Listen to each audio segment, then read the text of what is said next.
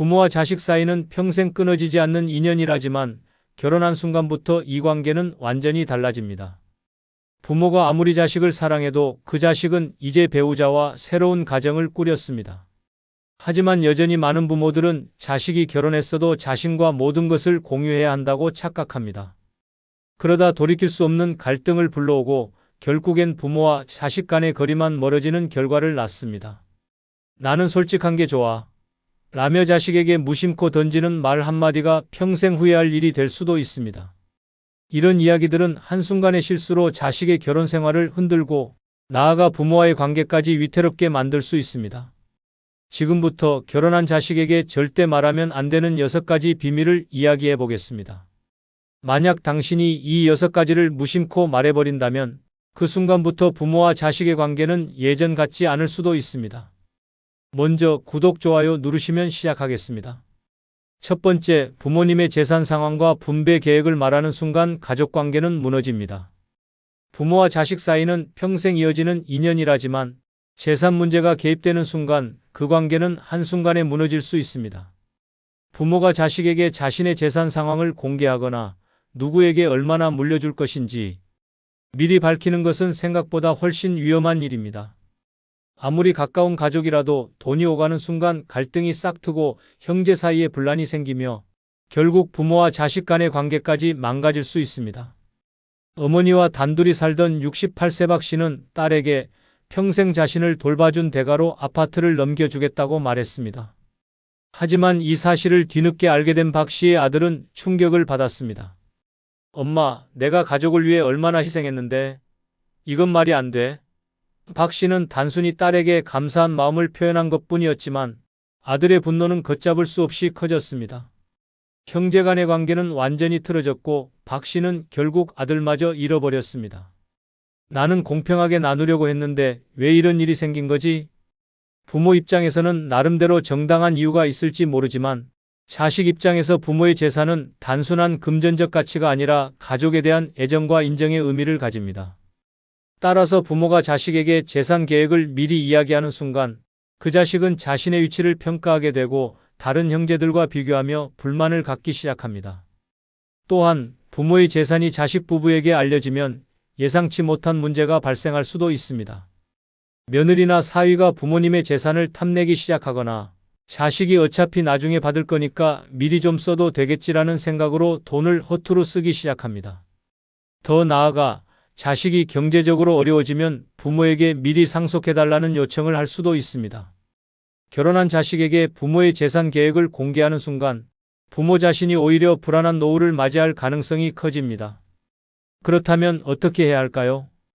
부모의 재산은 부모가 원하는 대로 관리하고 절대 자식들에게 미리 알리지 않는 것이 중요합니다. 모든 결정은 내가 떠난 후 법적으로 진행될 거야. 라는 입장을 분명히 하세요.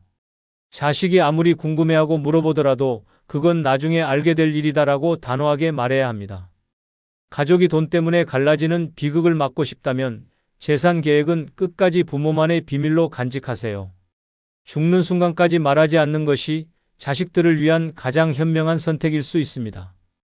돈보다 소중한 것은 가족이라는 사실을 잊지 마세요. 두 번째, 배우자의 집안 배경이나 경제력 비교하는 한마디가 가정을 파탄냅니다. 부모 입장에서 자식의 배우자는 가족이 될 사람이니 완벽한 조건을 갖춘 사람이길 바라는 마음은 이해할 수 있습니다. 하지만 부모가 결혼한 자식에게 너 배우자 집안은 도대체 뭐 하는 집이냐? 우리 집이 더 나은데 너희는 왜 이렇게 힘들게 사냐? 같은 말을 한순간 자식의 결혼 생활은 서서히 균열이 가기 시작합니다. 70세의 이 씨는 아들을 금지옥이업 키우며 좋은 대학을 졸업시키고 안정적인 직장을 잡게 했습니다. 문제는 며느리의 집안이 이 씨의 기대에 한참 못 미쳤다는 것이었습니다. 이 씨는 늘 아들에게 이런 말을 했습니다. 우리 집은 넉넉한데 내 처가 쪽은 뭐 하나 도와주는 것도 없냐? 내가 처가집까지 챙길 필요가 있냐? 사위된 사람은 장인 장모 챙긴다는데 너희는 정반대네. 이 말을 들은 아들은 처음엔 대수롭지 않게 넘겼지만 시간이 지나며 점점 불만이 쌓였습니다. 부모가 한 말이 머릿속을 떠나지 않았고 결국 며느리에게 화를 내기 시작했습니다. 너희 부모님은 도와주지도 않는데 왜 우리 부모님만 이렇게 신경 써야 하냐? 며느리는 처음엔 참았지만 결국 폭발했습니다. 우리 부모님이 돈이 없어서 그렇지, 그럼 우리가 너희 부모님한테 손 벌리면 되겠어? 이후 아들 부부의 갈등은 걷잡을 수 없이 커졌고 결국 이 씨의 한마디가 결혼 생활을 파탄으로 몰고 가는 불씨가 되었습니다. 배우자의 집안 배경을 비교하는 순간 자식 부부 사이에는 보이지 않는 벽이 생깁니다. 부모의 경제력과 배우자의 집안 배경이 다르다고 해서 꼭 문제가 되는 것은 아닙니다. 하지만 부모가 자식에게 너희 배우자 집안은 왜 이 모양이냐? 라는 태도를 보이는 순간 부부간 신뢰가 흔들리고 서로를 원망하는 계기가 됩니다. 또한 부모가 배우자의 경제력을 비교하면 자식은 은연중에 그 영향을 받습니다. 부부 사이에 없던 갈등이 생기고 부모가 비교하는 말을 계속 들은 자식은 배우자에게 불만을 가지기 시작합니다. 처음에는 우리 집이 좀 더 잘 살긴 하지 정도의 생각이었다가 나중에는 결혼할 때 더 신중할 거리라는 후회로 이어질 수도 있습니다. 그렇다면 부모로서 자식의 배우자 집안과 경제력이 마음에 들지 않을 때 어떻게 해야 할까요? 답은 간단합니다. 비교할 필요가 없다는 것입니다. 결혼은 재산을 비교해서 하는 것이 아닙니다. 자식이 선택한 사람과 행복하게 사는 것이 가장 중요합니다. 배우자의 집안이 경제적으로 부족할 수 있습니다. 하지만 그것이 자식의 결혼 생활을 좌우하는 요소는 아닙니다. 부모가 자식의 배우자 집안을 깎아내릴수록 그 결혼 생활은 점점 불행해집니다. 자식은 부모와 배우자 사이에서 갈등하고 결국 부모와의 관계도 멀어질 수 있습니다. 결혼한 자식에게 배우자의 집안과 경제력에 대한 말은 절대 하지 마세요. 그 말 한마디가 가족을 갈라놓을 수도 있습니다. 부모가 정말 자식을 위하고 싶다면 배우자의 집안과 경제력이 아니라 그들이 함께 행복하게 사는 것에 초점을 맞춰야 합니다. 돈은 없어도 함께 행복할 수 있지만 부모의 말 한마디가 그 행복을 산산조각 낼 수도 있습니다. 그러니 하늘이 무너져도 배우자의 집안과 경제력을 비교하는 말은 절대 하지 마세요. 세 번째, 이혼을 권유하거나 만류하는 한마디가 자식의 인생을 망칩니다. 부모로서 자식이 불행한 결혼 생활을 하고 있다면 가만히 보고만 있을 수 없습니다. 반대로 사소한 다툼에도 자식이 이혼을 고려한다면 이혼은 절대 안 된다 라고 말하고 싶어질 것입니다. 하지만 이혼을 권유하는 것도 반대로 무조건 이혼하지 말라고 하는 것도 부모가 결코 해서는 안 되는 발언입니다. 70세의 정 씨는 딸이 결혼한 지 5년 만에 찾아와 이렇게 말하는 것을 들었습니다. 엄마, 나 더 이상 못 살겠어. 도대체 이 결혼을 왜 했나 싶어? 정 씨는 충격을 받았습니다. 평소 사이가 좋아 보였던 사위였는데 딸이 이런 고민을 하고 있을 줄은 꿈에도 몰랐습니다. 그날 밤 정 씨는 딸과 함께 사위의 문제점을 하나하나 짚으며 이혼하는 게 맞을 것 같다라고 말했습니다. 너 아직 젊으니까 다시 시작할 수 있어. 하지만 문제는 예상 밖의 곳에서 터졌습니다. 딸은 다시 남편과 화해했고 그날의 고민 상담은 그냥 홧김에 했던 말이었다고 생각했습니다.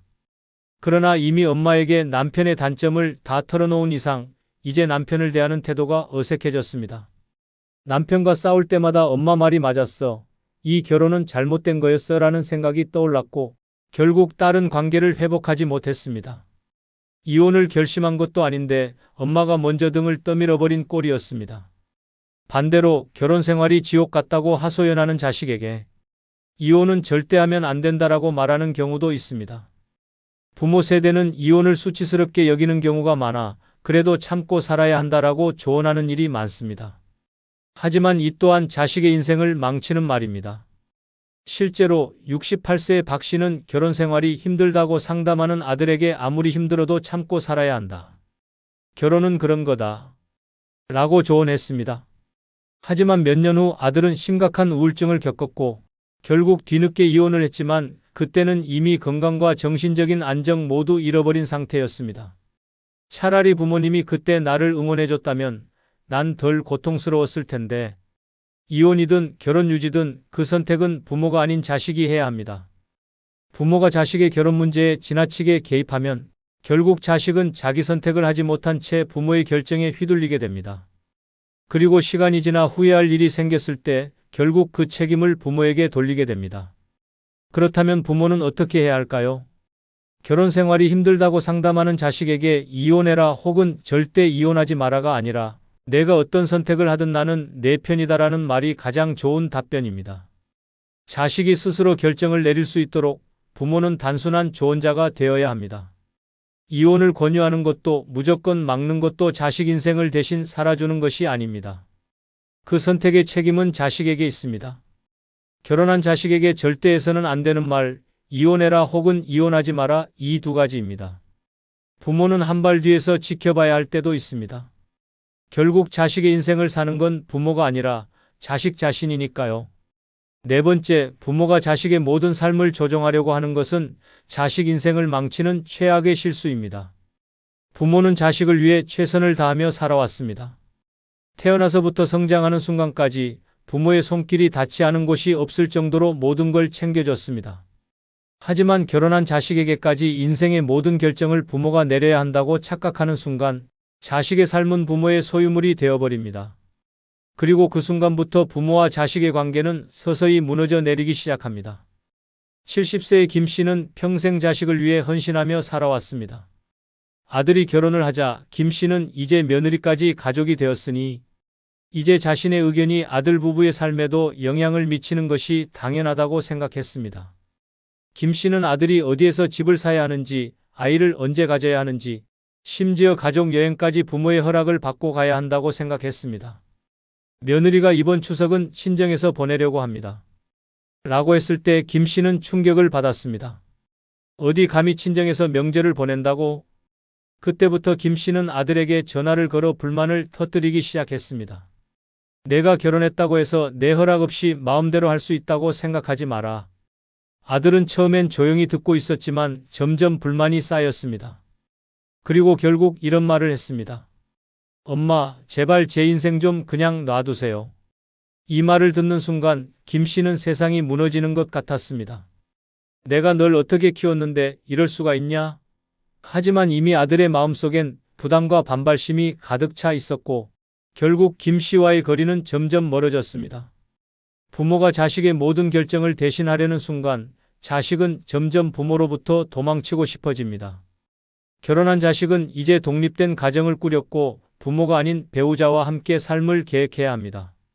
하지만 여전히 많은 부모들은 나는 너를 위해서 하는 말이야 라는 명분으로 자식의 삶에 깊이 개입합니다.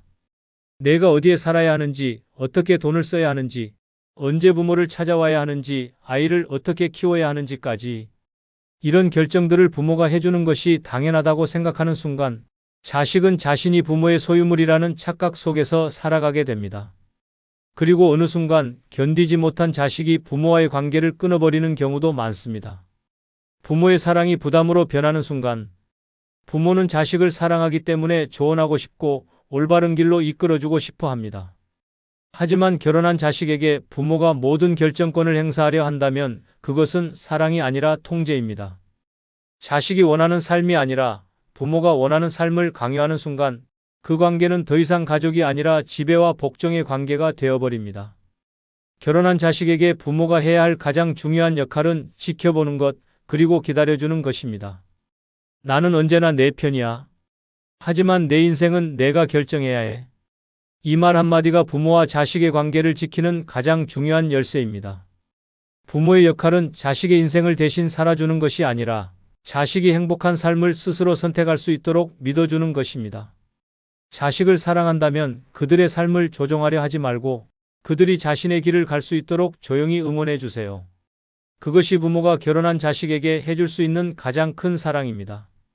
다섯 번째, 결혼 후에도 자식이 부모, 집안의 대소사를 책임져야 한다는 요구는 자식의 가정을 파괴하는 폭탄입니다. 부모와 자식의 관계는 평생 이어집니다. 하지만 자식이 결혼했다면 이제 그 관계는 바뀌어야 합니다. 부모의 대소사에 자식이 당연히 모든 걸 챙겨야 한다고 생각하는 순간 자식의 가정은 균열이 생기고 부부 사이는 서서히 멀어지기 시작합니다. 70세의 박 씨는 장남에게 평생을 기대며 살아왔습니다. 아들이 결혼한 후에도 박 씨는 모든 가족 행사를 아들에게 맡겼습니다. 명절 준비부터 제사, 친척 경조사까지 아들이 부모를 챙기는 건 당연한 일이라 여겼습니다. 어느 날 며느리가 조심스럽게 말했다. 아버님, 이번에는 저희 일정이 있어서 가족 행사에 참석하기 어려울 것 같아요. 하지만 박 씨는 단호했습니다. 그건 내 일정이야. 우리 가족 행사가 우선이지. 그런 건 나중에 해.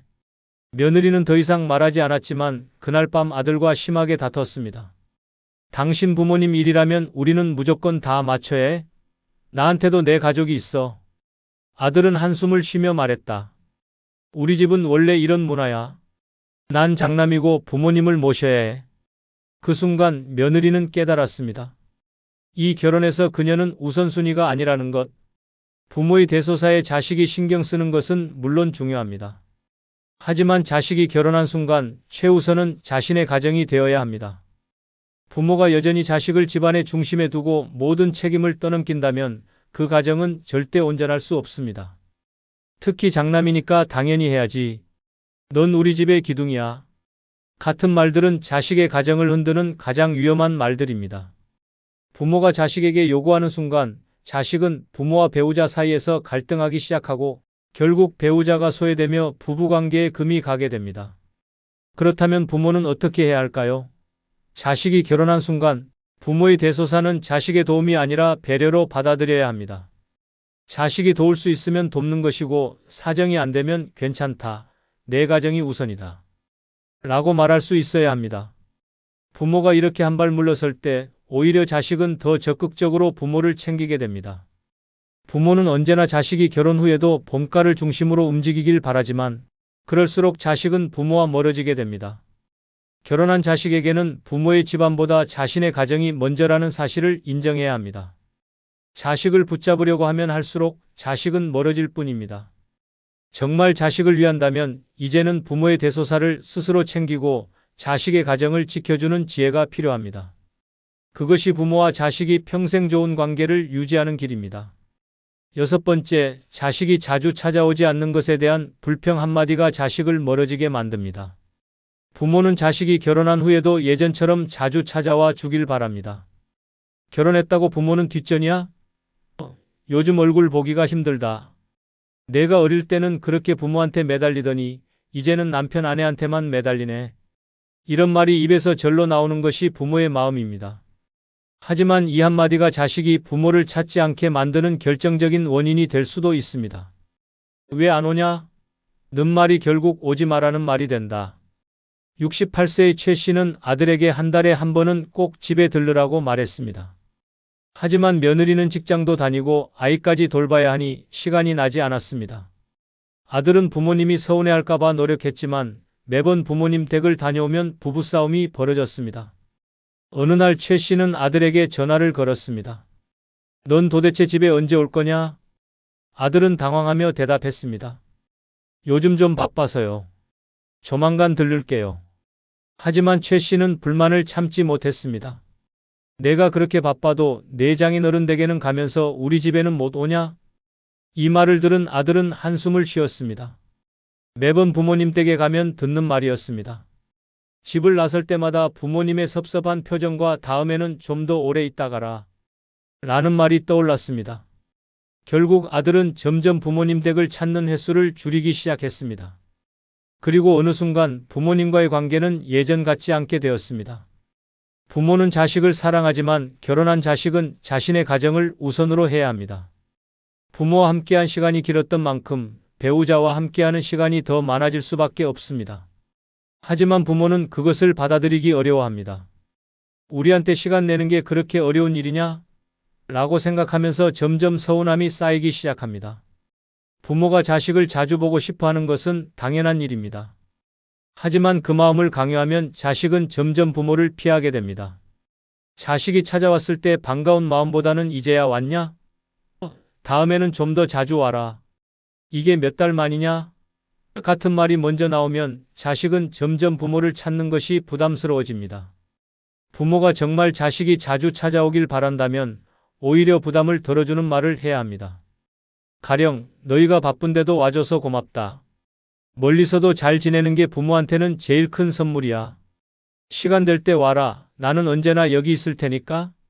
이렇게 말하면 자식은 부모에게 죄책감을 느끼는 것이 아니라 진짜로 찾아가고 싶은 마음이 듭니다. 부모가 자식을 찾는 것도 중요하지만 더 중요한 것은 자식이 부모를 찾고 싶게 만드는 것입니다. 부모가 하는 말 한마디가 자식을 더 가까이 오게도 더 멀어지게도 만들 수 있습니다.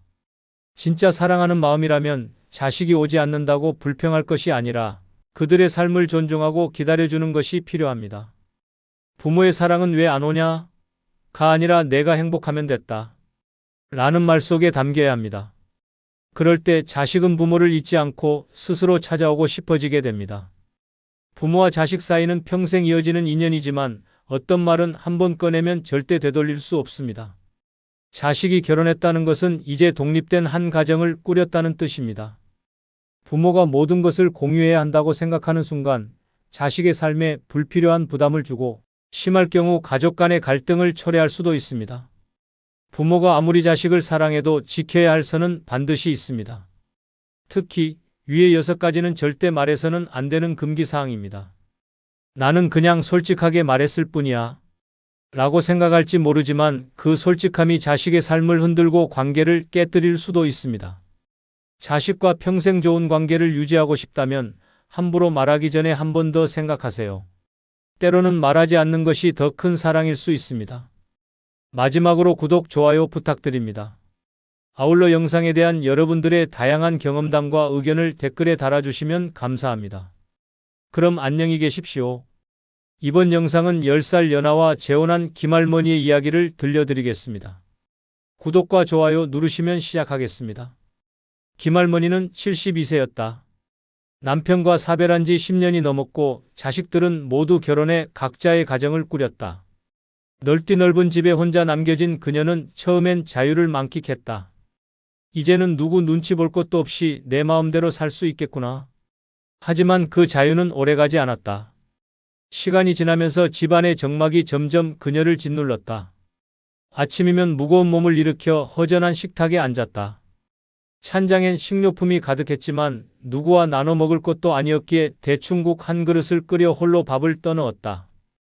TV를 켜놓아도 그 속에 왁자지껄한 사람들은 그녀와 아무 상관없는 세상이었다.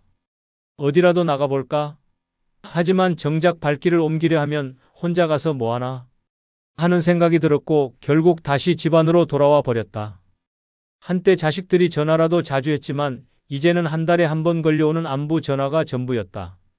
엄마, 바빠서 나중에 전화할게요. 라는 말만 남기고 끊어지는 전화 소리에 김할머니는 자신도 모르게 한숨을 쉬었다. 가족이 있어도 외로웠다. 나도 누군가랑 함께하고 싶다. 늙어서라도 다시 사랑할 수 있을까? 김할머니는 혼자 사는 시간이 길어질수록 점점 더 외로움을 느꼈다.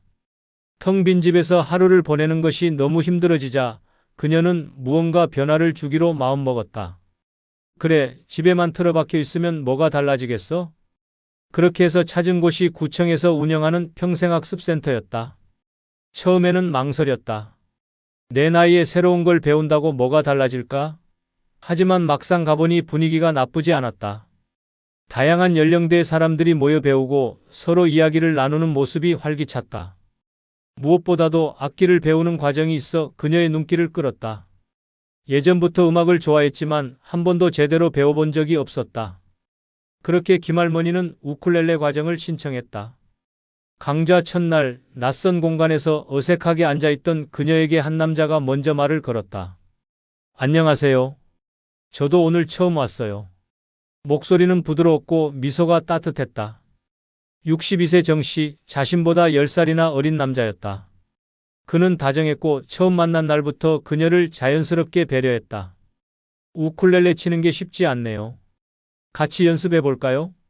그녀는 오랜만에 누군가와 함께하는 시간이 즐거웠다. 그렇게 두 사람은 점점 가까워졌다.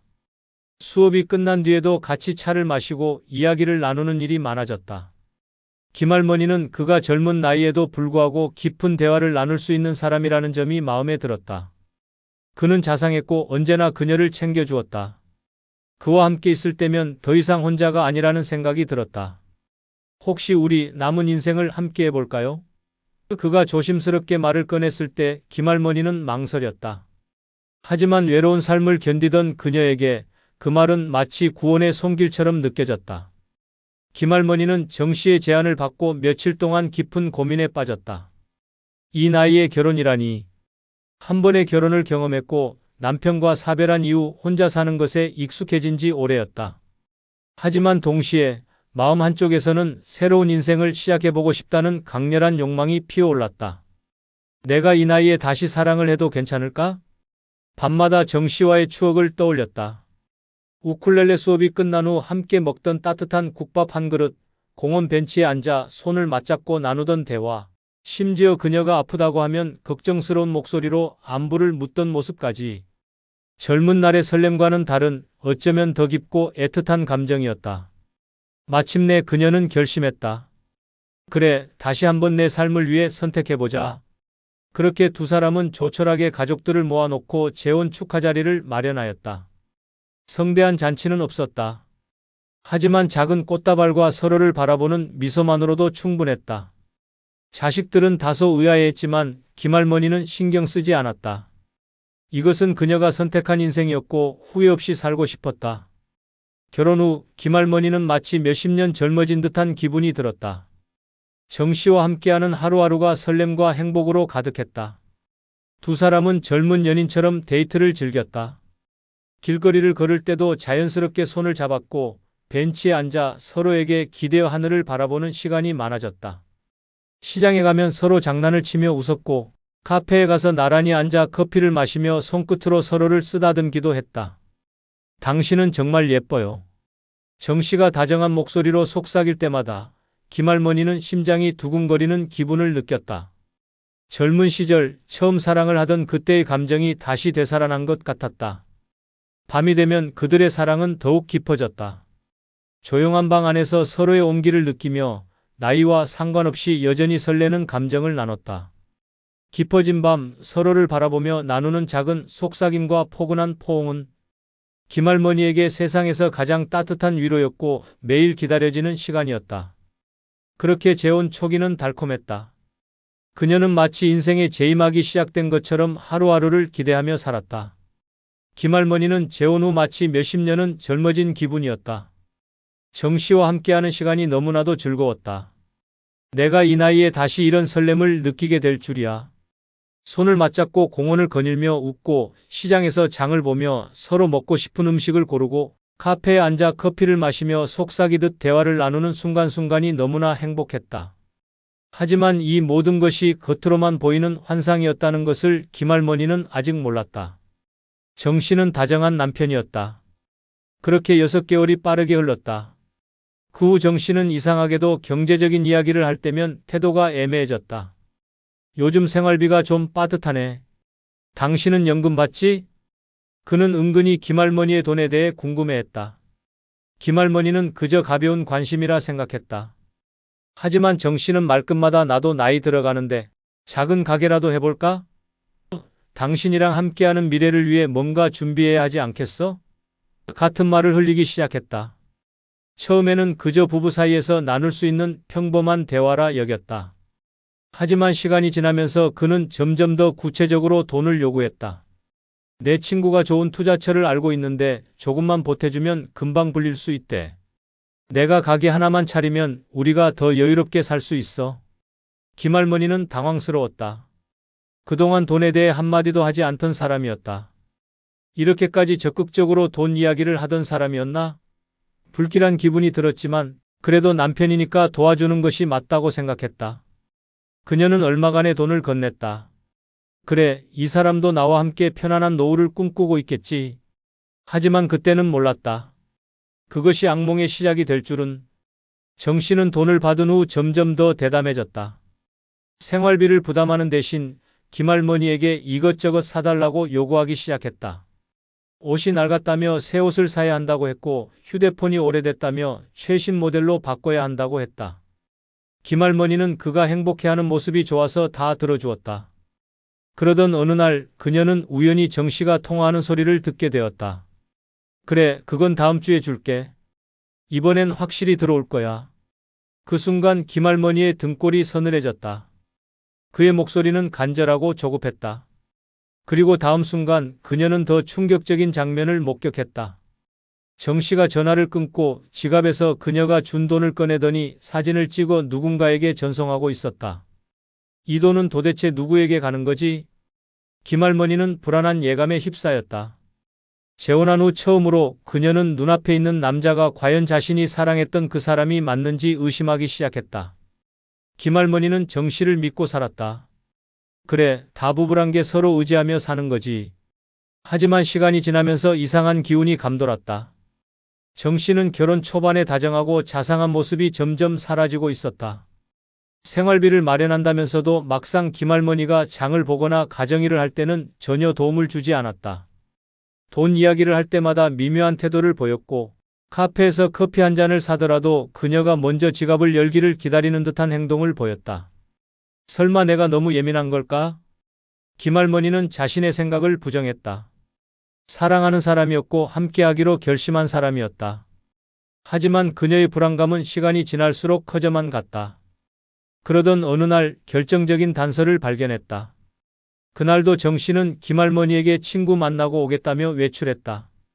그런데 실수로 휴대폰을 두고 간 것이었다. 김할머니는 원래 다른 사람의 물건을 함부로 만지는 성격이 아니었다. 하지만 평소부터 남편이 자주 전화를 받고 혼자 있을 때는 일부러 멀리 가서 통화하던 모습이 떠올랐다. 대체 무슨 얘기를 하길래 나한테 한 번도 보여주지 않았을까? 순간 울린 메시지 알람이 그녀의 시선을 끌었다. 평소보다 다급한 느낌이었다. 김할머니는 주저하며 화면을 눌렀다. 그리고 눈앞에 펼쳐진 문자 몇 줄이 그녀의 심장을 얼어붙게 만들었다. 형님, 이번에도 좀 빌려주셔야 합니다. 마지막이에요. 이번 판만 잘 되면 다 정리됩니다. 노인네 돈 끌어다가 어떻게든 해결해야죠. 손이 떨렸다. 노인네 돈? 이 말은 대체 무슨 뜻인가? 김할머니는 혹시나 하는 마음에 정 씨가 두고 간 지갑을 열어보았다. 그리고 숨이 턱 막혔다. 한 장, 두 장, 수십만 원의 현금이 들어 있었다. 그녀는 이 돈이 어디서 난 것인지 묻고 싶었지만 이미 답은 알고 있었다. 그녀가 남편을 믿고 건넸던 돈이었다. 내가 사랑한다고 믿었던 남자가 내 돈을 이용하고 있었던 거야? 그 순간 현관문이 열리는 소리가 들렸다. 화장실에서 나온 정 씨와 눈이 마주쳤다. 김할머니의 손에는 그의 휴대폰이 들려 있었고 화면에는 메시지가 그대로 떠 있었다. 정 씨의 얼굴이 순간적으로 굳었다. 뭐 하는 거야? 정 씨는 당황한 기색을 감추려 하며 헛웃음을 지었다. 하지만 그 눈빛은 분명했다. 김할머니는 떨리는 목소리로 물었다. 이게 다 뭐야? 이 돈, 이 메시지 대체 뭐야? 그러자 정 씨는 담배라도 피우고 싶다는 듯 짜증스럽게 한숨을 내쉬었다. 그러더니 태연한 목소리로 말했다. 아니, 오해하지 마. 그건 그냥 친구한테 잠깐 빌려주는 거야. 친구? 빌려줘? 그러면 나한테 미리 말을 했어야지. 그리고 노인네 돈이라는 말은 뭐야? 설마 나한테 돈을 뜯어내려고 결혼한 거야? 김할머니가 날카롭게 따지자 정 씨는 순간 표정을 바꾸었다. 부드럽던 얼굴이 차갑게 굳었다. 아니, 당신 왜 이렇게 예민해? 그냥 도와주면 되는 거 아니야? 우리가 부부인데 서로 좀 돕고 사는 게 당연한 거지. 이제는 적반하장이다. 속 좁아? 내가 당신한테 얼마를 줬는지 알아? 그 돈이 다 어디로 갔는지도 몰라. 말해봐, 도대체 무슨 일인 거야? 정 씨는 한숨을 내쉬더니 갑자기 태도를 바꿨다. 알았어, 솔직히 말할게. 사실 좀 급한 빚이 있었어. 당신한테 말하면 싫어할 것 같아서 그냥 해결하려고 했던 거야. 하지만 이제 다 정리될 거야. 이번 한 번만 더 도와주면 돼. 김할머니는 숨이 막혔다. 이제야 모든 게 명확해졌다. 이 남자는 처음부터 돈을 보고 접근한 것이다. 사랑은커녕 자신을 이용하고 있었던 것이다. 정 씨는 그녀가 말을 하지 않자 조용히 그녀의 손을 잡으려 했다. 우리 이렇게 싸우지 말자. 당신이 나 사랑하잖아. 우리 잘 살아보자. 그 순간 김할머니는 깨달았다. 이 모든 게 거짓이라는 것을. 그녀는 이제 선택해야 했다. 이 남자에게 모든 것을 빼앗길 것인지 아니면 지금이라도 벗어날 것인지. 그러나 그녀는 아직 결정을 내리지 못했다. 지금껏 함께해온 시간과 사랑이 단순한 착각이었을까? 그녀는 헷갈렸다. 하지만 더 이상 믿을 수 없다는 불길한 예감이 강하게 밀려왔다. 김할머니는 아무 말도 하지 못한 채 멍하니 앉아 있었다. 손끝이 저려왔고 머릿속은 복잡하게 얽혔다. 이게 다 거짓이었다고? 정 씨는 그런 그녀의 모습을 보며 슬쩍 다가왔다. 여전히 온화한 얼굴을 유지하려 애쓰는 듯 했지만 그 눈빛은 서늘했다. 당신 나를 그렇게까지 믿지 못해? 그가 부드럽게 손을 잡았다. 김할머니는 본능적으로 손을 뿌리쳤다. 믿으라고? 당신이 내 돈을 몰래 빼돌리고 친구한테 노인네 돈 끌어온다고 말하는 걸 보고도? 정 씨는 한숨을 쉬며 머리를 긁적였다. 그러더니 낮고 나른한 목소리로 말했다. 그래, 오해할 만한 일이었어. 하지만 난 당신을 속이려고 했던 게 아니야. 그냥 좀 어려운 일이 있어서 그랬어. 당신도 알잖아. 요즘 살기 얼마나 힘든지. 그리고 우리 부부잖아. 부부끼리는 도와주면서 살아야 하는 거 아니야? 부부라는 단어가 그녀의 가슴을 찔렀다. 맞다. 부부였다. 함께 살아가겠다고 약속한 사이였다. 하지만 그 약속은 믿음과 신뢰 위에 세워지는 것이지 속임수와 빚더미 위에 쌓아 올리는 것이 아니었다. 처음부터 돈이 목적이었지? 김할머니의 목소리는 낮았지만 단호했다. 정 씨는 갑자기 인상을 찌푸렸다. 더 이상 다정한 표정을 유지하지 않았다. 그게 뭐가 문제야? 당신이 돈이 없으면 내가 결혼했을 것 같아? 당신도 마찬가지잖아. 젊은 남자랑 살고 싶어서 결혼한 거 아니야? 그 말에 김할머니는 숨이 턱 막혔다. 뭐라고? 내가 처음부터 모를 줄 알았어? 당신도 외롭고 젊은 남편이 옆에 있으면 좋을 것 같아서 결혼한 거잖아. 결국 서로 필요해서 한 거지 무슨 순수한 사랑 같은 소리야? 그제야 김할머니는 모든 것이 무너지는 기분이 들었다. 그는 처음부터 그녀를 사랑하지 않았다. 김할머니가 10살 연상이든 말든 상관없었다. 단 하나, 그녀가 가진 돈이 중요했을 뿐이었다. 그날 이후 김할머니는 밤잠을 이루지 못했다. 옆에서 자는 정 씨의 얼굴을 바라보며 생각했다.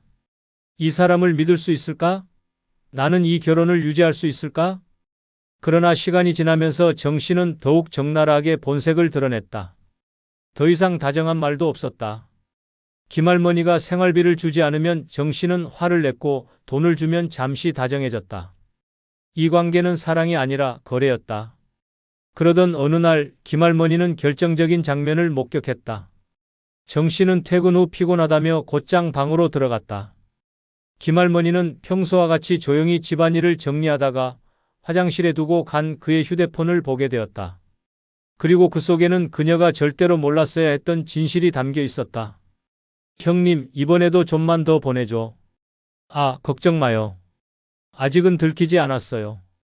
이번 달만 좀 더 빨아먹고 그 다음엔 알아서 정리할게요. 빨아먹고? 김할머니는 온몸이 얼어붙었다. 자신이 사랑했던 사람의 본심이 이토록 잔인할 줄은 몰랐다. 이 남자는 처음부터 자신을 뜯어먹을 대상으로만 생각하고 있었던 것이다. 그 순간 그녀의 머릿속이 환하게 정리되었다. 이제 그만해야 해. 더 이상은 안 돼. 김할머니는 다음 날부터 행동에 들어갔다. 그녀는 곧장 변호사를 찾아갔다. 상황을 설명하자 변호사는 고개를 끄덕였다. 이혼을 결심하셨다면 철저히 준비하셔야 합니다. 그리고 중요한 건 그동안 빼앗긴 돈을 일부라도 되찾을 방법을 마련하는 것입니다. 김할머니는 조용히 미소를 지었다.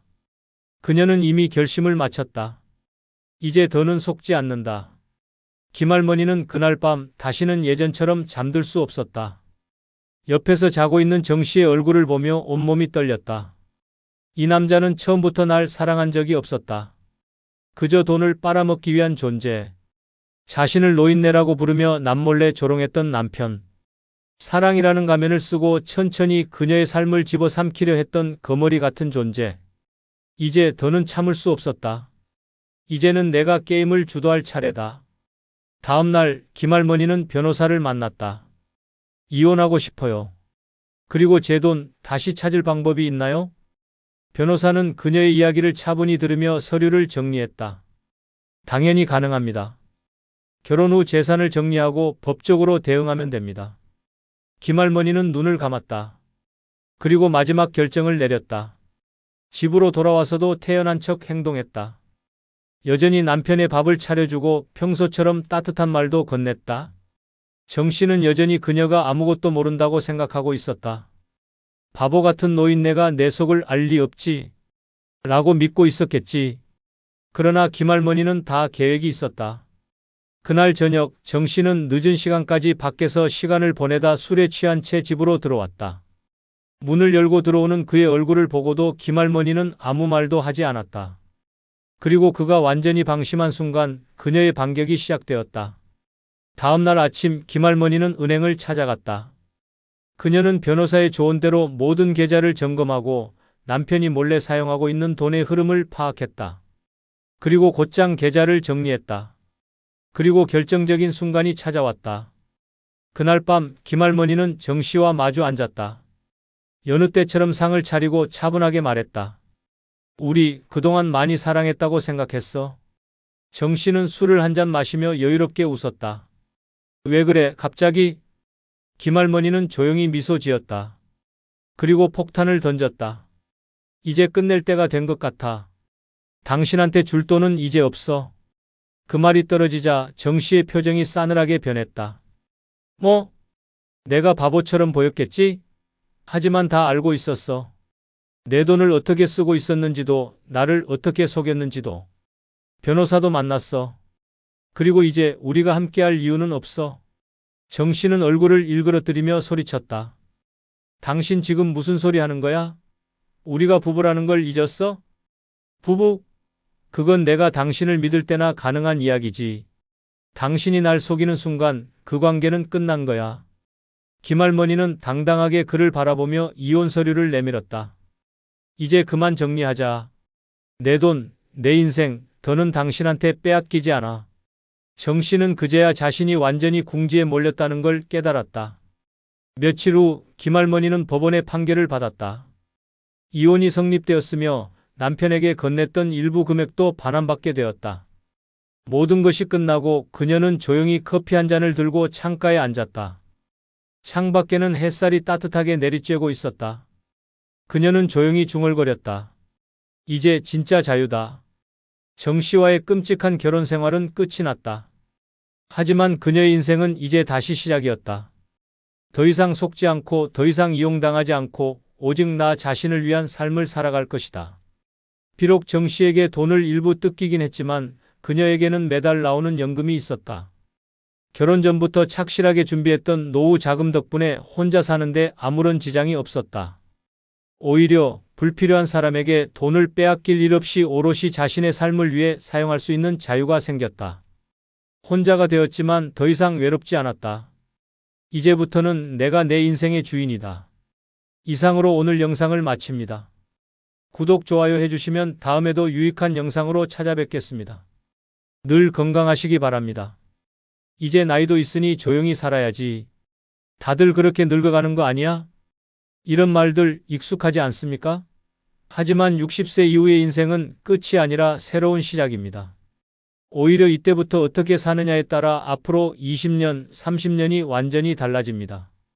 젊었을 때처럼 바쁘게 살 필요는 없지만 그렇다고 하루하루 무의미하게 보낸다면 어느 순간 삶이 텅 빈 것처럼 느껴질 것입니다.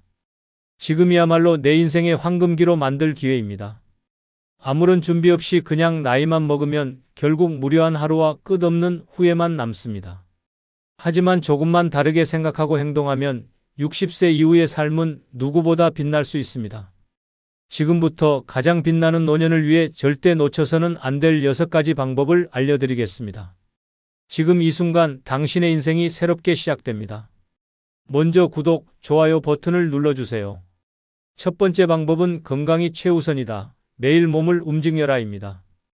나이 들면 원래 여기저기 쑤시는 거야. 허리 아프고 무릎 시린 게 당연하지. 많은 사람들이 이렇게 말합니다. 하지만 정말 그럴까요? 나이가 들어서가 아니라 몸을 제대로 관리하지 않아서 아픈 것입니다. 가만히 앉아서 TV만 보고 걷지도 않고 근력 운동도 하지 않으면 당연히 몸이 망가질 수밖에 없습니다. 오늘 하루 안 움직였다고 당장 큰일이 나는 건 아니지만 이런 생활이 일주일, 한 달, 1년이 되면 몸은 서서히 망가지고 결국에는 계단 하나 오르내리는 것도 힘들어집니다. 그냥 푹 쉬면 괜찮아지겠지. 조금만 걸어도 숨이 차. 난 운동 체질이 아닌가 봐. 운동을 하지 않는 사람들의 흔한 변명입니다. 하지만 운동을 멀리하면 근육이 빠지고 혈관이 막히고 심장은 약해집니다. 건강을 유지하는 가장 간단한 방법은 매일 몸을 움직이는 것입니다. 뭘 어떻게 운동해야 해? 헬스장 가야 하나? 너무 번거로운데.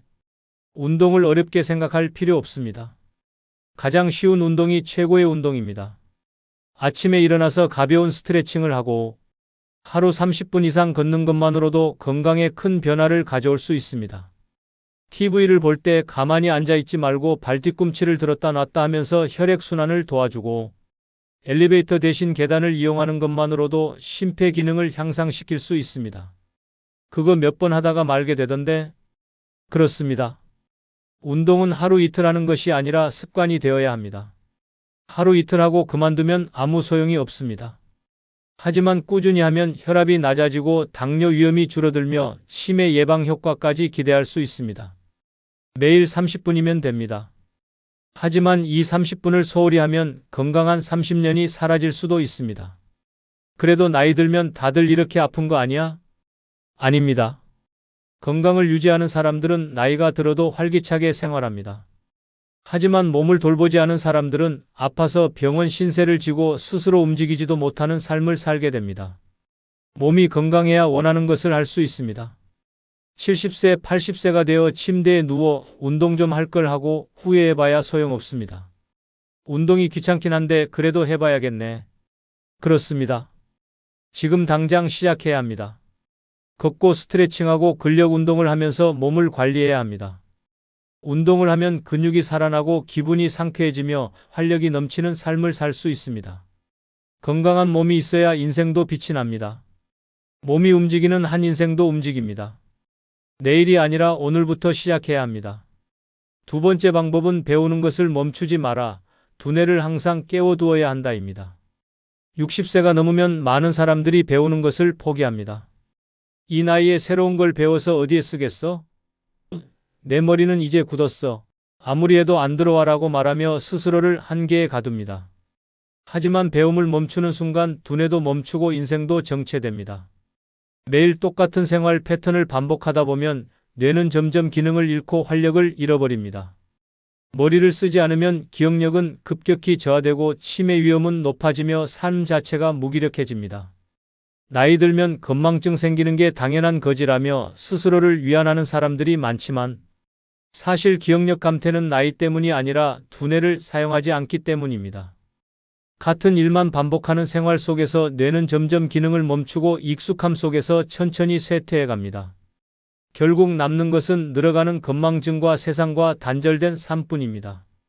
배운다는 것은 거창한 것이 아닙니다. 무조건 새로운 학문을 공부하라는 것이 아닙니다. 중요한 것은 지금까지 해보지 않은 것들을 해보는 것입니다.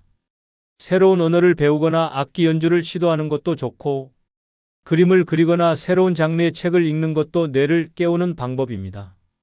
악기를 배우기엔 손이 느려서 안 될 것 같아 책은 봐도 내용이 잘 안 들어오는데 라고 고민할 수도 있지만 정작 시작해보면 생각보다 쉽고 재미있다는 걸 깨닫게 됩니다. 요즘 인터넷으로도 배울 게 많다던데 하면서도 정작 스마트폰은 전화와 문자 외에는 사용하지 않는 사람들이 많습니다. 하지만 스마트폰으로 유튜브 강의를 듣고 온라인 강좌를 수강하면서도 얼마든지 새로운 것을 배울 수 있습니다. 중요한 것은 도전하는 것입니다. 가장 효과적인 두뇌 운동 중 하나는 손을 함께 사용하는 활동입니다. 악기 연주, 퍼즐 맞추기, 뜨개질 같은 것들은 손과 두뇌를 동시에 쓰는 활동이기 때문에 뇌기능 저하를 막아주는 효과가 큽니다. 또한 낯선 환경에 자신을 노출시키는 것도 두뇌 건강에 큰 도움이 됩니다. 매번 같은 카페에서 같은 사람들과 같은 이야기를 나누는 것이 아니라 가끔은 새로운 장소에서 새로운 사람들을 만나 다른 주제로 대화하는 것도 두뇌를 자극하는 좋은 방법입니다. 이제 와서 뭐하러 새로운 걸 배워? 라고 생각할 수도 있습니다. 하지만 두뇌를 멈추는 순간 삶도 멈춥니다. 배우는 것이 두렵다면 그것이야말로 지금 당장 시작해야 한다는 신호입니다. 두뇌를 사용하지 않으면 쇠퇴하고 결국 삶의 즐거움도 사라지게 됩니다. 인생은 끝없이 배워가는 과정입니다. 60세 이후에는 더욱 적극적으로 배우고 도전해야 합니다. 그래야만 삶이 빛나고 정신이 건강하게 유지될 수 있습니다. 세 번째 방법은 감정을 억누르지 마라. 하고 싶은 말을 하면서 살아라. 입니다. 나이 들었으면 조용히 살아야지. 괜히 감정 드러냈다가 트러블 생기면 어쩌려고 그래? 이런 말 한 번쯤 들어본 적 있을 겁니다. 하지만 감정을 억누르고 살면 나만 힘들어집니다. 말하고 싶은 걸 참으면서 쌓인 감정은 언젠가 폭발하게 되어 있습니다. 그리고 그 폭발은 대부분 건강을 망치는 방향으로 나타납니다. 속에 쌓인 스트레스는 고혈압을 부르고 소화장애를 일으키며 결국 삶의 질을 갉아먹습니다. 그러면서도 정작 본인은 참고 사는 것이 미덕이라고 착각합니다. 내가 말하면 싸움 날 것 같아서 그냥 참았어. 이제 와서 뭐하러 감정 표현해? 그냥 속으로 삼키면 되지. 절대 그렇지 않습니다. 감정을 쌓아두면 결국 병이 됩니다. 하고 싶은 말은 해야 합니다. 억울한 일 있으면 말하고 불편한 사람과의 관계는 정리하고 속이 상하면 속상하다고 표현하는 것이 건강한 삶을 사는 방법입니다. 60세 이후의 인생은 더 이상 남을 위해 희생하는 시간이 아닙니다. 이제부터는 나를 위한 삶을 살아야 합니다. 나를 불편하게 하는 상황이 있다면 분명하게 말하고 싫은 건 싫다고 해야 합니다. 나이가 들었으니까 조용히 살아야 한다는 말은 이제 버려야 합니다. 근데 너무 솔직하게 말하면 사람들이 싫어하지 않을까? 그냥 속으로 사귀는 게 편하지 않아? 이제는 남의 눈치를 볼 필요가 없습니다. 나의 감정을 솔직하게 표현하지 않으면 결국 나만 손해를 보게 됩니다. 가족에게도 마찬가지입니다. 자식들이 내 도움을 당연하게 여기면 나는 그렇게까지 해주고 싶지 않아라고 단호하게 말해야 합니다.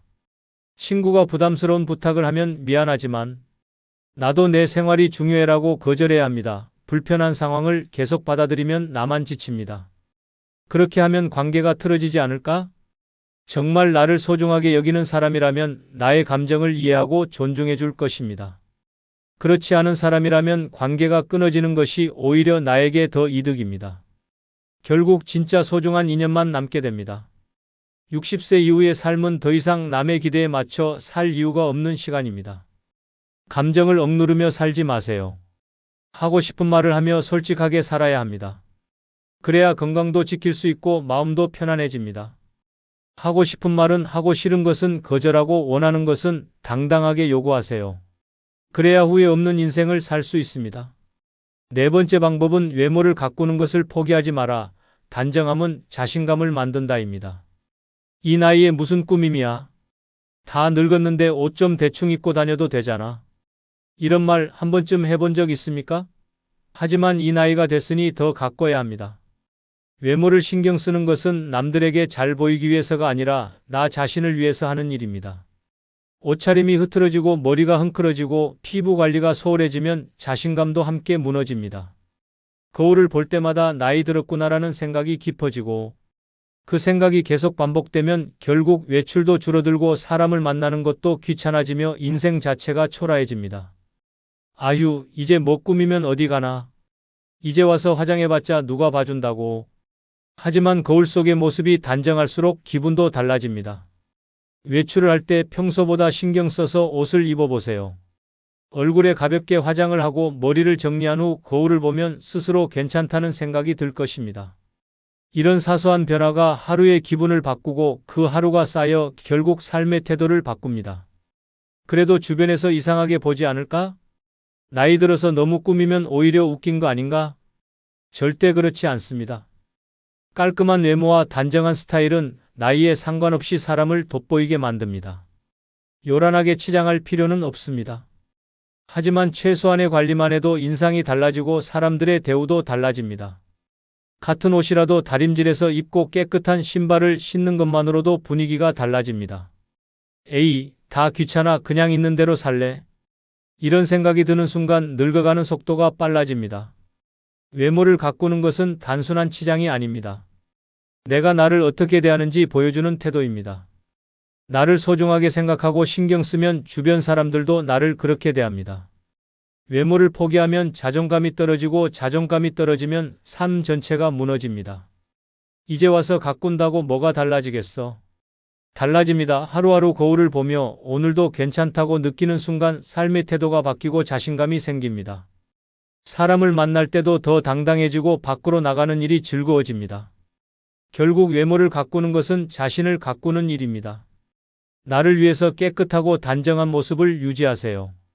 그러면 삶이 훨씬 더 빛나게 될 것입니다. 5번째 방법은 불필요한 인간관계를 정리하고 진짜 친구만 남겨야 합니다. 그래도 인맥은 많을수록 좋은 것 아닙니까? 사람을 정리하는 것이 너무 차갑지 않습니까? 이렇게 말하는 사람들이 많습니다. 하지만 나이가 들수록 인간관계는 꼭 필요한 사람들만 남겨야 합니다. 가짜 친구들, 형식적인 관계, 나를 피곤하게 만드는 인간들과 계속 엮이면 내 정신만 피폐해질 뿐입니다. 불필요한 인간관계를 유지하는 것은 오히려 내 삶의 에너지를 빼앗는 일입니다. 제가 먼저 연락하지 않으면 아무도 찾아오지 않더군요. 혼자 노력하는 관계 같아서 마음이 복잡합니다. 그렇다면 이미 답은 나와 있습니다. 진짜 친구는 내가 노력하지 않아도 자연스럽게 이어지는 관계입니다. 연락을 끊었을 때 자연스럽게 멀어지는 사람이라면 애초에 그 정도의 인연이었을 뿐입니다. 나이가 들수록 억지로 관계를 유지할 필요가 없습니다. 대신 정말로 내 인생에서 가치 있는 사람, 힘들 때 나를 지지해주는 사람 만나면 마음이 편안한 사람들만 남겨야 합니다. 그래도 오랫동안 알고 지낸 사이인데 너무 냉정하게 끊는 것 아닙니까? 어쩌면 시간이 지나면 다시 좋은 관계가 될 수도 있지 않겠습니까? 무조건 모든 관계를 끊어야 한다는 것은 아닙니다. 하지만 나를 소모하게 만드는 관계라면 과감하게 정리해야 합니다. 자꾸 부정적인 말만 하는 사람, 나를 이용하려는 사람, 필요할 때만 연락하는 사람, 만날 때마다 기운이 빠지는 사람과의 관계는 더 이상 붙잡고 있을 이유가 없습니다. 그런데 인간관계를 줄이면 너무 외로워지지 않겠습니까? 오히려 반대입니다. 가짜 친구가 많으면 내 마음을 터놓을 사람이 없습니다. 하지만 진짜 친구 한두 명만 있어도 외롭지 않습니다. 중요한 것은 숫자가 아니라 관계의 질입니다. 형식적인 인맥 100명보다 진짜 친구 1명이 훨씬 더 가치 있습니다. 이제 남은 인생, 진짜로 나를 아끼고 이해해주는 사람들과 함께 해야 합니다. 불필요한 관계를 정리하는 것은 차가운 것이 아니라 내 인생을 더 따뜻하게 만드는 선택입니다. 소중한 것만 남기는 삶이야말로 60세 이후 가장 빛나게 살아가는 방법입니다. 6번째 방법은 나를 위한 작은 사치를 즐겨라. 지금이 아니면 언제 하겠는가입니다. 이 나이에 무슨 사치야? 애들도 키우고 손주도 봐야 하는데 돈 아껴야지. 많은 사람들이 이렇게 말합니다. 하지만 한번 생각해 보십시오. 젊었을 때는 아이들 키우느라, 가족 부양하느라, 집안 살림하느라, 남들 챙기느라 정작 나 자신을 위한 사치는 한 번도 누려보지 못한 채 살아오지 않았습니까? 이제 60세를 넘겼다면 더 이상 뒤로 미룰 시간이 없습니다. 지금이 아니면 도대체 언제 나를 위한 삶을 살겠습니까? 그래도 남들이 보면 사치한다고 흉보지 않을까요? 괜히 돈을 함부로 쓴다고 걱정하는 사람도 있을 텐데, 이제 남들의 시선을 신경 쓸 필요가 없습니다. 사치는 남들에게 보여주기 위한 것이 아닙니다. 나를 위해 내 삶을 더 행복하게 만들기 위한 것입니다. 꼭 명품 가방을 사고 해외여행을 가야 사치가 아닙니다. 평생 참고 아껴왔던 것들을 하나씩 누려보는 것이 바로 나를 위한 작은 사치입니다. 하지만 큰돈 쓰는 건 부담스럽잖아요. 괜히 돈 쓰고 나서 후회하면 어떡하죠? 사치는 크고 거창할 필요가 없습니다. 좋은 옷 한 벌을 사 입는 것, 평소 마시고 싶었던 비싼 커피 한 잔을 즐기는 것, 가보고 싶었던 호텔에서 하룻밤 머무는 것, 이런 것들이 바로 나를 위한 작은 사치입니다. 젊었을 때는 사치라고 생각했던 것들이 이제는 인생을 더 빛나게 해주는 즐거움이 됩니다. 그래도 혹시 모를 노후 대비를 해야 하지 않을까요? 물론 무작정 돈을 펑펑 써서는 안 됩니다.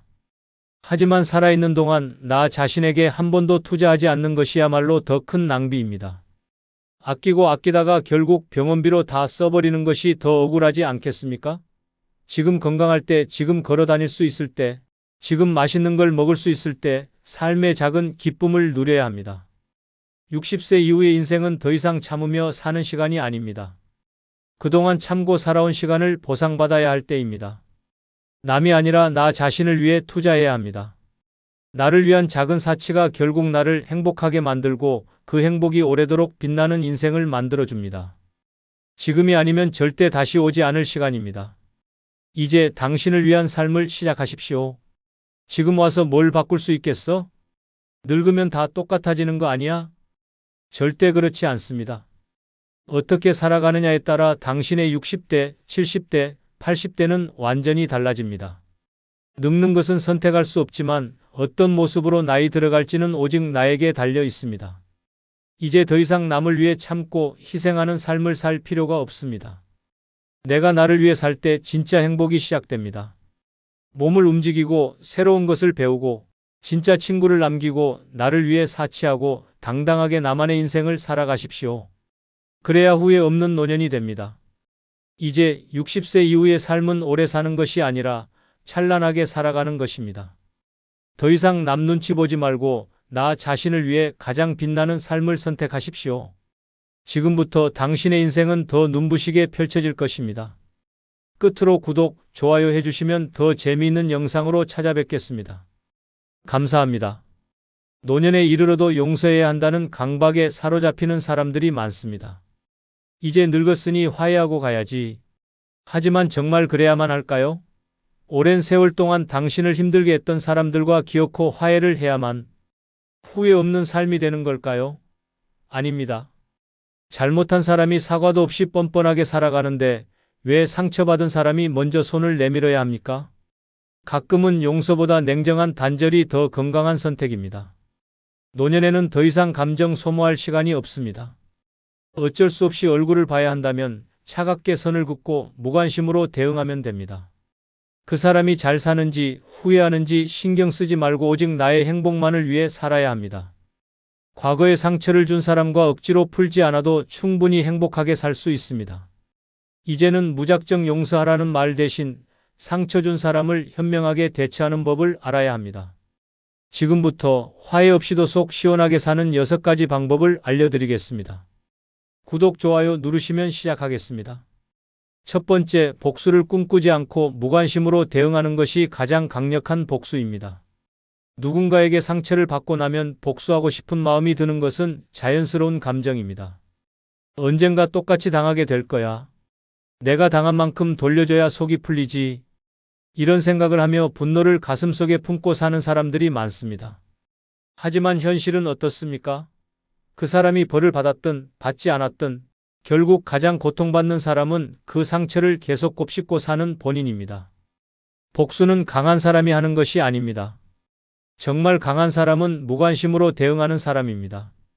상처를 준 사람이 어떻게 살든 어떤 일을 겪든 그 사람을 떠올리는 순간부터 또다시 그 기억에 얽매이게 됩니다. 그러니 복수를 꿈꾸는 순간부터 이미 상대방에게 감정적으로 얽혀버리는 것입니다. 오히려 완벽한 무관심이야말로 상대를 가장 괴롭게 만드는 방법입니다. 저 사람 요즘 어떻게 지내? 이런 말조차 하지 않는 것이 가장 강력한 대응입니다. 상대방이 잘 살든 망하든 관심을 주지 않는 순간 그 사람은 당신 인생에서 완전히 지워지는 것입니다. 반면 상대방이 당신의 반응을 궁금해할수록 더 불안해집니다. 왜 아무 연락도 없지? 왜 아무런 반응이 없지? 이렇게 생각하게 만드는 것이야말로 최고의 복수입니다. 상처를 준 사람에게서 받은 감정을 정리하고 나면 그 사람의 존재 자체가 무의미해집니다. 과거에 머물러 있는 동안은 절대 앞으로 나아갈 수 없습니다. 진짜 강한 사람은 복수를 하지 않습니다. 아예 존재 자체를 지워버립니다. 이제는 당신이 그 상처를 들고 갈 필요가 없습니다. 복수를 꿈꾸는 대신 지금 당장 나를 위해 살아야 합니다. 더 건강해지고 더 멋지게 살고 더 행복하게 지내는 것이야말로 상대를 가장 불안하게 만드는 일입니다. 당신이 잘 사는 모습을 보면 상대방은 저 사람이 나 때문에 힘들어했을 줄 알았는데 하며 더 큰 충격을 받을 것입니다. 가장 통쾌한 복수는 복수하지 않는 것입니다. 상처 준 사람에게 감정 하나 허비하지 말고 오직 나를 위해 무관심하게 살아가십시오. 그것이야말로 인생에서 가장 현명한 승리입니다. 두 번째, 가족이라도 독이 되는 관계는 반드시 끊어내야 합니다. 세상에서 가장 위험한 말이 있습니다. 그래도 가족이잖아. 이 말 한마디 때문에 수많은 사람들이 고통 속에서 벗어나지 못하고 평생을 참고 살아갑니다. 하지만 생각해 보십시오. 피 한 방울 섞였다고 해서 평생 나를 괴롭힌 사람을 계속 안고 살아야 하는 걸까요? 가족이라는 이유로 상처를 주는 사람은 오히려 남보다 더 위험한 존재가 될 수도 있습니다. 독이 되는 가족은 대놓고 나를 괴롭히지 않습니다. 하지만 말 한마디, 행동 하나하나가 계속 나를 무너뜨립니다. 넌 예전부터 하는 게 늘 그 모양이야. 그래도 자식이면 부모한테 이 정도는 해야 하는 거 아니냐? 이런 말들이 한두 번이면 참을 수도 있습니다. 하지만 평생 듣다 보면 나도 모르게 나는 부족한 사람이구나 하고 세뇌되기 시작합니다. 가족이란 이름을 걸고 죄책감을 심어주고 의무를 강요하고 경제적으로 기대려 하는 사람들이 많습니다. 특히 부모가 자식에게 기대거나 형제가 서로 이용하려 들거나 자식이 부모에게 끝없는 희생을 요구하는 관계라면 더더욱 조심해야 합니다. 아무리 가족이라도 내 정신과 삶을 갉아먹는다면 단호하게 거리를 둬야 합니다. 그래도 피부치인데 어떻게 인연을 끊어요? 이런 고민을 하는 사람들이 많습니다. 하지만 독이 되는 관계는 피를 나눴다고 해서 절대 변하지 않습니다. 오히려 내가 참을수록 상대방은 더 뻔뻔해집니다. 어차피 내가 참을 거잖아 하고 말입니다. 그렇다면 어떻게 해야 할까요? 우선 더 이상 가족이란 이유로 무조건 희생하지 않겠다고 결심해야 합니다. 그리고 상대방이 부담을 주는 순간 단호하게 선을 긋고 거절해야 합니다. 난 이제 그런 역할 안 해. 내 인생이 더 중요해. 이렇게 분명한 태도를 보이면 처음에는 반발할 수도 있지만 결국은 포기합니다. 어떤 관계든 내 마음이 힘들다면 끊어내야 합니다. 남이었으면 진작에 정리했을 관계를 가족이라는 이유로 억지로 유지할 필요가 없습니다. 내 삶을 갉아먹고 내 행복을 빼앗아가는 관계라면 미련 없이 벗어나야 합니다. 가족이든 누구든 내 행복보다 우선시될 수는 없습니다. 지금부터라도 내 감정을 소중히 여기고 독이 되는 관계는 과감하게 정리해야 합니다. 가족이든 아니든 내 삶을 망치는 존재와는 더 이상 엮이지 않는 것이 가장 현명한 선택입니다. 세 번째, 상처 준 사람을 다시 믿지 않는 것이 최선입니다. 사람은 변할 수 있어. 세월이 지나면 달라질 수도 있잖아. 이런 생각으로 과거에 상처를 준 사람을 다시 받아들이는 사람들이 있습니다. 하지만 현실은 그렇지 않습니다. 한번 상처 준 사람은 또다시 상처를 줍니다. 본질은 변하지 않습니다. 단지 시간이 지나면서 상대방의 태도가 잠시 바뀌는 것처럼 보일 뿐 결정적인 순간이 오면 결국 같은 모습을 보입니다. 상처 준 사람을 다시 믿는 순간 같은 실수를 반복하게 됩니다. 이젠 다 잊고 새롭게 시작해보자. 이렇게 마음을 열어준 순간 상대는 다시 당신의 마음을 짓밟을 준비를 합니다. 상처를 줬던 사람이 진심으로 반성하고 달라질 거라는 기대는 착각에 불과합니다. 그 기대가 다시 한번 당신을 무너뜨리게 됩니다. 이번에는 다를 거야. 세월이 지나면서 그 사람도 변했겠지. 이런 기대는 결국 또 다른 배신으로 돌아옵니다. 상처를 주는 사람들은 항상 비슷한 패턴을 보입니다. 처음에는 미안한 척하며 다시 다가오고 시간이 지나면 점점 본색을 드러내며 같은 방식으로 당신을 이용하고 상처를 줍니다. 한번 깨진 그릇은 붙일 수 있어도 금이 가고 틈이 생긴 흔적은 절대 사라지지 않습니다. 어떤 사람들은 이렇게 말합니다. 오래된 인연이니까 다시 잘 지내야 하지 않을까? 그래도 가족인데 너무 매몰차게 끊어내는 건 아니잖아? 하지만 이런 생각이야말로 또다시 당할 준비를 하고 있는 것입니다. 오래된 인연이라고 해서 무조건 계속 이어가야 하는 것이 아닙니다.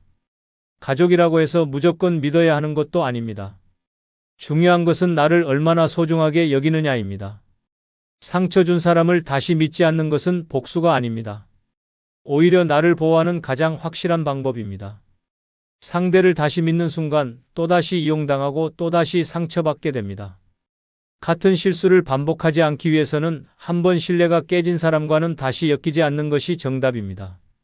이제는 더 이상 혹시 이번에는 다를까? 라는 기대를 버려야 합니다. 상처 준 사람에게 다시 기회를 줄 이유는 없습니다. 가장 좋은 방법은 그 사람을 멀리하고 다시는 내 삶에 들어오지 못하도록 선을 긋는 것입니다. 용서는 할 수 있어도 다시 믿지는 않는 것. 그것이 내 인생을 지키는 최고의 방법입니다. 네 번째, 내가 행복해지는 것이 최고의 복수입니다. 상처를 준 사람을 원망하며 복수를 다짐하는 사람들은 많습니다. 나한테 한 짓을 똑같이 돌려줘야 속이 시원할 텐데 저 사람이 나 때문에 괴로워해야 공평한 거 아닌가? 이렇게 생각하며 분노를 품고 살아가는 사람들이 있습니다. 하지만 이렇게 살아가면 결국 가장 손해보는 사람은 자기 자신입니다. 복수를 위해 에너지를 쏟고 상대방의 불행을 바라며 하루하루를 살아가는 동안 내 삶은 점점 피폐해집니다. 상대방이 고통받기를 바라며 시간을 보내다 보면 정작 내 인생에서 중요한 것들은 점점 사라져갑니다. 분노는 결국 나를 갉아먹을 뿐 진짜 원하는 결과를 가져다 주지 않습니다. 가장 통쾌한 복수는 상대방을 신경 쓰지 않는 것입니다. 상처를 준 사람이 어떻게 살든 관심조차 두지 않는 것이 가장 강력한 응징입니다. 그 사람의 불행을 기다리는 대신 내 행복에 집중해야 합니다. 내가 더 건강하고 더 잘 살고 더 즐겁게 지낼수록 상대방은 더 불안해지고 초라해집니다. 저 사람이 나 때문에 힘들어해야 하는데 왜 저렇게 잘 살지? 이런 생각을 하게 만드는 것이야말로 진정한 승리입니다. 오히려 상처 준 사람이 당신의 행복을 보며 질투하고 초조해지는 순간 그 사람이야말로 괴로워질 것입니다. 많은 사람들이 상처 준 사람을 원망하며 시간을 낭비합니다. 하지만 그 사람을 미워한다고 해서 내 인생이 더 나아지는 것은 아닙니다. 그 시간을 나를 위해 투자해야 합니다. 멋진 옷을 입고 맛있는 음식을 먹고 여행을 떠나고 새로운 것을 배우고 좋은 사람들과 함께 시간을 보내며 내 인생을 즐기는 것이야말로 최고의 복수입니다. 그래, 넌 나한테 상처를 줬지만 난 여전히 잘 살고 있어. 이런 메시지를 행동으로 보여줄 때 상대방은 뒤늦게 후회하게 됩니다. 하지만 그때는 이미 늦었습니다. 당신은 이미 행복해졌고 그 사람은 더 이상 당신에게 아무런 영향도 미칠 수 없기 때문입니다. 이제는 더 이상 과거에 얽매여 살아서는 안 됩니다. 원망하고 복수를 꿈꾸고 그 사람의 불행을 기다리는 것은 결국 나만을 망가뜨릴 뿐입니다.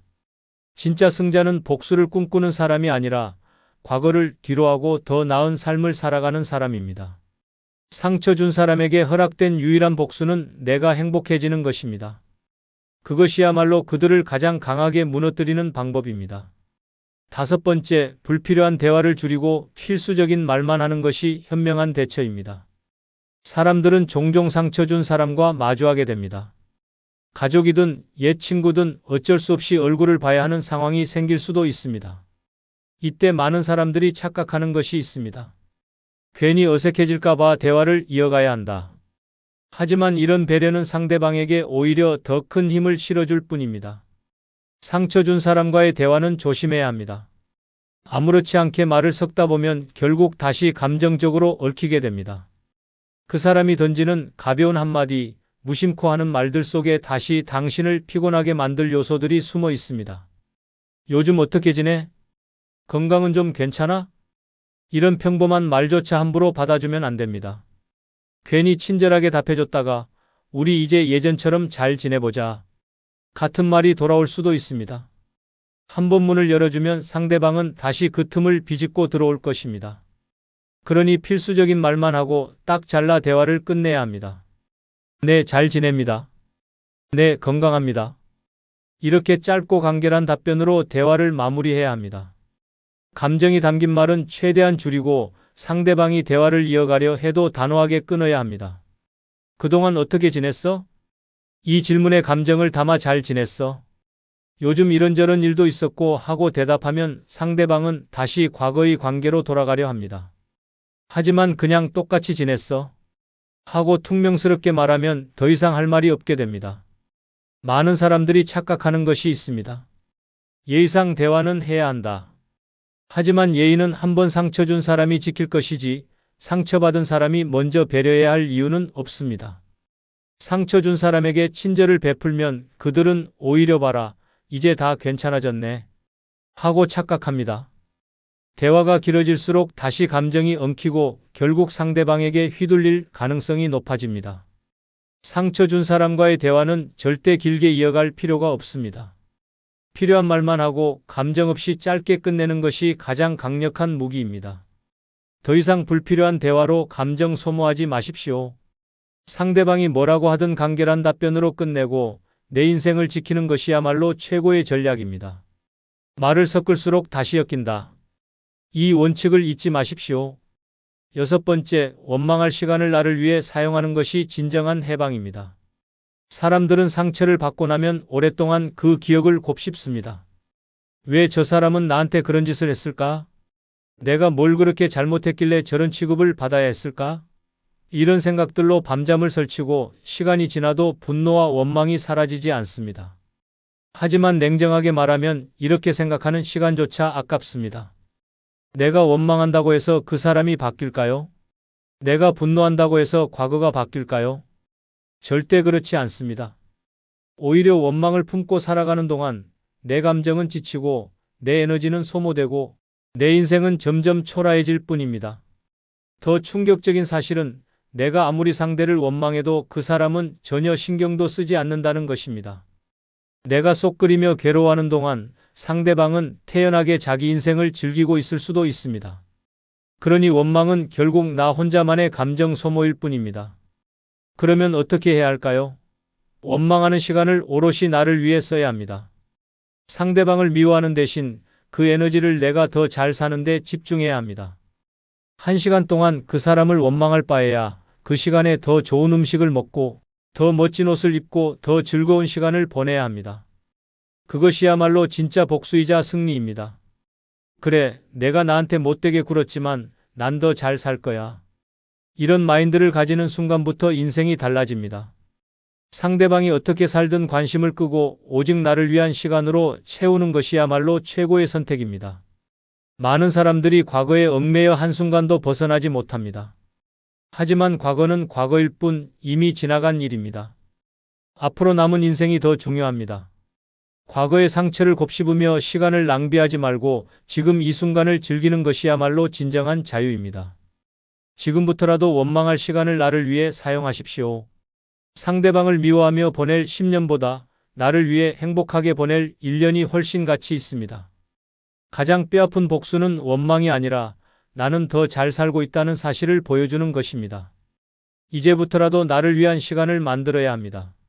원망이 아닌 행복을 선택하십시오. 7번째, 관계를 정리하고 후회하지 않는 것이 가장 현명한 선택입니다. 상처를 주는 사람과의 관계를 끊어야 한다는 걸 알면서도 많은 사람들이 망설입니다. 그래도 오래된 인연인데 혹시 나중에 후회하면 어쩌지? 이런 생각이 머릿속을 떠나지 않습니다. 하지만 분명히 알아야 합니다. 상처를 주는 사람은 변하지 않습니다. 변해야 하는 건 바로 나 자신입니다. 상처를 주고도 아무렇지 않게 살아가는 사람과 계속 관계를 유지하면 고통받는 건 결국 나 혼자입니다. 상대방은 당신을 이용하고 감정을 소비하게 만들고 후회하게 만들 뿐입니다. 더 이상 그런 관계를 붙들 이유가 없습니다. 관계를 정리할 때는 반드시 단호해야 합니다. 어떻게 멀어질까? 고민하는 순간 상대는 당신이 여전히 망설이고 있다는 걸 눈치챕니다. 그래서 다시 다가오고 다시 당신을 흔들고 다시 상처를 줄 준비를 합니다. 그러니 단호하게 정리해야 합니다. 연락을 줄이고 불필요한 만남을 피하고 감정적으로 휘둘리지 않는 것이 가장 중요합니다. 혹시 상대방이 뒤늦게 우리 다시 잘 지내보자라며 손을 내밀어도 흔들릴 필요 없습니다. 한번 신뢰가 깨진 관계는 절대 원래대로 돌아가지 않습니다. 그 손을 잡는 순간 당신은 또다시 같은 고통을 반복하게 될 것입니다. 많은 사람들이 관계를 정리하고 나서 후회할까 봐 두려워합니다. 하지만 과거를 떠올려 보십시오. 그 사람이 당신에게 준 상처와 배신을 떠올리면 후회할 이유가 없다는 걸 깨닫게 될 것입니다. 관계를 정리한 후에는 오히려 후련함과 평온함이 찾아옵니다. 상처받을 일도 없고 감정적으로 소모될 필요도 없습니다. 관계를 끊는 것이 미안하게 느껴질 수도 있습니다. 하지만 내 인생에서 나를 힘들게 하는 관계를 유지하는 것이야말로 더 큰 잘못입니다. 내 행복을 위해서라면 아무리 오랜 인연이라도 끊어낼 용기가 필요합니다. 이제는 더 이상 고민하지 말아야 합니다. 당신을 힘들게 한 사람에게 더 이상 기회를 줄 필요 없습니다. 관계를 정리하는 순간 후회가 아니라 해방감을 느낄 것입니다. 그리고 깨닫게 될 것입니다. 진짜 후회할 일은 이런 결정을 더 빨리 하지 않았다는 사실이라는 것입니다. 구독자 여러분, 살다 보면 내 주변 사람들과 상처를 주고받는 관계가 생기기 마련입니다. 하지만 상처를 줬다고 해서 모든 관계를 억지로 회복해야 할 필요는 없습니다. 화해가 무조건 좋은 것만은 아닙니다. 오히려 억지로 관계를 유지하려다 보면 다시 상처받고 다시 후회하게 될 가능성이 큽니다. 그렇다면 가장 현명한 방법은 무엇일까요? 바로 나를 위한 삶을 사는 것입니다. 더 이상 과거의 상처를 곱씹지 않고 복수를 다짐하지도 않으며 불필요한 감정 싸움에서 벗어나는 것. 그것이야말로 진짜 승리입니다. 상처 준 사람과 다시 친해질 필요도 마음을 터놓을 필요도 없습니다. 대신 내가 더 잘 살고 더 행복하게 사는 것. 그것이야말로 최고의 응징입니다. 이제부터는 남은 인생을 나를 위해 써야 합니다. 상처 준 사람을 원망하느라 시간 낭비할 필요 없습니다. 더 이상 그들에게 감정과 시간을 빼앗기지 마세요. 당신이 후회 없이 편안하게 살아가는 것. 그것이야말로 가장 현명한 대처법입니다. 마지막으로 구독, 좋아요 부탁드립니다. 감사합니다. 나이 들면 성욕이 사라지는 게 당연하다. 이런 말을 믿고 있다면 큰 착각입니다. 침대에서의 열기가 식었다고 해서 당신 안에 남아있는 욕망까지 죽어버린 것은 아닙니다. 문제는 욕망이 사라진 게 아니라 그 불씨를 되살리는 법을 잊어버렸다는 것입니다. 몸이 반응하지 않는다고 해서 끝난 게 아닙니다. 자극이 없고 기대감이 없고 무엇보다 당신 스스로 이젠 끝났다고 단정 지었기 때문입니다. 하지만 진실은 다릅니다. 당신의 몸은 아직도 불타오를 준비가 되어 있습니다. 다만 불을 붙이는 법을 몰라서 아니면 시도조차 하지 않아서 그렇게 느낄 뿐입니다. 미국의 국립노화연구소 연구에 따르면 규칙적인 성생활을 유지하는 노인들이 그렇지 않은 사람들보다 전반적인 신체 건강과 정신 건강이 더 우수하고 삶의 만족도가 높은 것으로 나타났습니다. 또한 성생활이 활발한 노인은 우울증과 불안감이 낮고 혈압이 안정적이며 심혈관 건강에도 긍정적인 영향을 미친다고 합니다.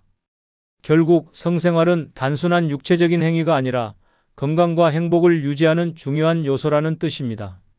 성욕은 다시 타오를 수 있습니다. 아니, 오히려 나이가 들수록 더욱 깊고 강렬한 쾌감을 느낄 수도 있습니다. 욕망이 사라진 게 아닙니다. 당신이 그 불을 지피는 법을 잊어버렸을 뿐입니다.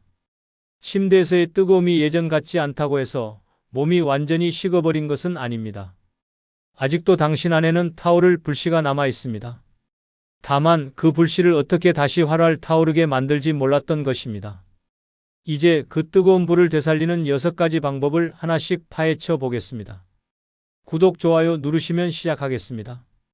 첫 번째, 성욕은 자연스럽게 사라지는 것이 아니라 잘못된 관리로 약해지는 것입니다. 많은 사람들이 이렇게 말합니다.